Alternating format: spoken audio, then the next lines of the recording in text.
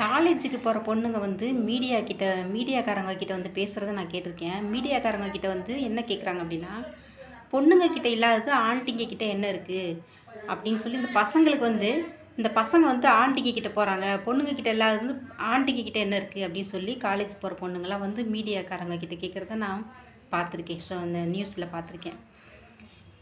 ஆன்ட்டிங்க கிட்ட போனால் கூட பரவாயில்லையே, மாமியார்கிட்டலாம் போகிறாங்களே, ரொம்ப ஷாக்காக தான் இருக்குது. மாமனார் மருமக, மாமியார் மருமகன், இந்த மாதிரி ஒரு கேவலமான காரியம்லாம் நடந்துகிட்ருக்கு. காலம் கலிகாலம்.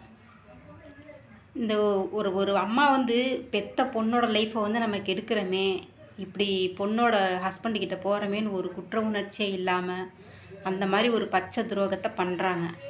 அதே மாதிரி அவனும் நம்ம ஒய்ஃபுக்கு இப்படி ஒரு துரோகத்தை பண்ணுறோமே அப்படின்னு சொல்லி அவனும் ஒரு குற்ற உணர்ச்சி இல்லாமல் அப்படி ஒரு கண்மூடித்தனமாக அந்த ஒரு செக்ஸில் அவ்வளோ ஒரு இப்படி இருக்காங்க, ஒரு வெறித்தனமாக. பொண்ணுங்களே உஷாராக இருந்துக்கோங்க.